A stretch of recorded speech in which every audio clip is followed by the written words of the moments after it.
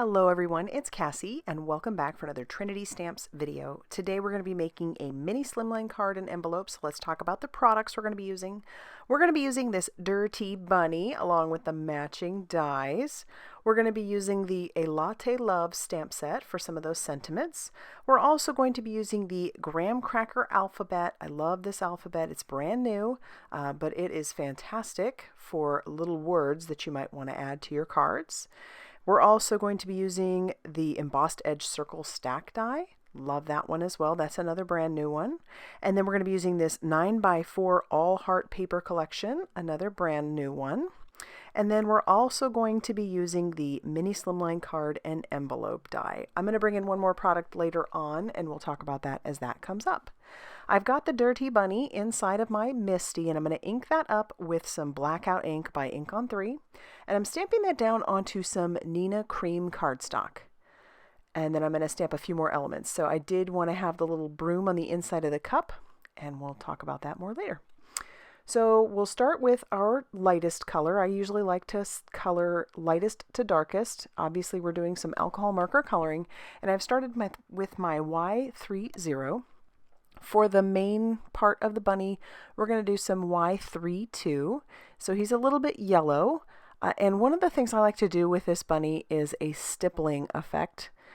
And so we're going to do that here in a second with our midtone and our darkest shade. And all that is basically coming in and doing just dots. So what I'm going to do with my marker is I'm going to hold it perpendicular to the paper, you'll see here in a second, and then I'm just going to dot that down on the paper. And you'll get different size dots depending upon how much you push down or how long you hold your marker to the paper. And I want varying sizes, and I'm just trying to stick to where I think that the shadowing might be. That's basically where I'm going with this. And sometimes it sort of looks like a hot mess when you get started, but you kind of got to keep going. So then I'm going to bring in my darker color, which is my E99. And here's where it really almost looks like, ooh, what have you done? But again, keep going. So I'll just put that down where I would typically put my darkest color for some shadowing, and then I'll come back in with the E33, which was my midtone, and stipple over the top of that again. That'll sort of blend out a little bit of that E99. And then I'm even going to come in with my lightest, which was the Y32. And then I'll stipple over the top of that, adding some dots past that, so that will kind of sit on top of my first layer of the Y32. I'll bring in some RV04 for his nose and his ears, and then we're going to color the coffee mug with some B37, and then my darker shade will be some B39. I just think it's darling that he can be holding all these different little cups. There are lots of options with this Dir-TEA bunny for the different things you could put on the coffee mug, but we decided to go with a broom because this is going to be a birthday card, and we're going to cross that out. So I'm using some RV09. I'm just putting some of that on the cardstock because I'm going to cut that out with the little, like, that's not happening sign. I do want to show you that the Dir-TEA bunny, his die actually cuts around his hands, which is perfect because then he can hold the mug. And so now, just using some reverse tweezers, I'm going to take some of my liquid glue and put that behind my little cross. See, I don't exactly remember what that's called, but we're going to put that all over that back and then stick that over the top of the broom. And look at that. How cute is that? So no sweeping in here. Which if you came into my house recently, you'd be like, yeah, she clearly believes in that. All right, now we're going to put the mug inside the little bunny's hands, which is where it's just perfect that that die cuts around his hands so that he can hold that perfectly. And as I said, this is a mini slimline. So what that means is we're going to cut our cardstock to 6x6 and score it at 3 inches. So when it's closed, it'll be 3 inches by 6 inches. And so there's our card base, and here's where I'm going to bring in those embossed edge circles. I cut out 3 different sizes out of the pattern paper, and look at the edge. It's that beautiful finished, just like adds a little something something, and I just love it. So it's not just a plain circle. Next, I'll grab out that Latte Love stamp set and stamp out 3 sentiments. I'm going to stamp out sending, birthday, and wishes. Now in this set, there's a lot of great sentiments for anything coffee related. I wanted frappe, kind of like for birthday. and I didn't have it in there. So this is where I'm going to grab out the graham cracker alphabet, and I am going to make my own. I love that you can do that. I feel like this die set is almost like a staple to have in your card making, because this way, if you don't have a sentiment, you can make just about anything you want, and it's still small. You'll notice I kept all of those dies together. That just keeps it so that I don't have that potential of losing any one of those. And because it's small enough, I'm not worried that I'm wasting a ton of paper.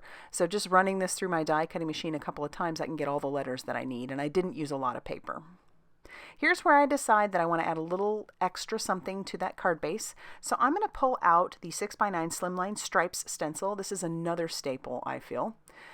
And I did use some pixie spray on the back of that so that way I could make sure it stays put, because that's a fairly delicate stencil. And now I'm going to use the Ink on 3 Fadeout ink, which is typically a color that you would use if you wanted to do some no-line coloring, but I thought that it would be a very subtle, great color to blend onto that background. So that's what I'm doing, just blending, not all over. I don't need it to be all over. I just wanted there to be a little bit more going on that background. And then I will take my embossed circles, and I'm going to glue those down. This paper pack has all the colors you could just about need, and typically you might look at it and think just Valentine's, but nope. I mean, hearts are good for whenever, right? So I love that this paper pad is nothing but hearts, and they are front and back. So I did have those coming off the edge of the paper, so I'm going to trim off all of that excess here. I love doing this with elements when it comes to card making, because it gives the illusion that there's more going on outside of the card. And then now I'll kind of line up my sentiments and where I want them using my glass mat and such, and then I'll glue those down using some more of that liquid glue. So down at the bottom we've got birthday wishes. I'm leaving just enough room so that I could put frappe above that. At the very top we'll put sending. So I'm kind of lining up my bunny to see where he is, because I don't want to overlap those words too much, or have, when I put the bunny down, have him cover the words too much. And then once again we'll flip that over and trim off all of the excess. And now we'll be ready to put down frappe. So what I'm doing here is actually it's not necessary. I kept the outline because I thought this might be easier to line it up, but these letters, while they might be very thin, are not flimsy, because I did use regular cardstock, so this really isn't necessary. It could help with trying to keep things straight, but like I said, after a couple of goes, I realized this just isn't something that is, necessary. So I'll just keep going, spelling out my word. And I did even have the comma cut out, but it is small, so I did lose it. Also because it's dark. So I cut this out of some navy cardstock. Originally I was thinking black, but I love the navy with that like a moss green and that pink. I just think that's a pretty combo.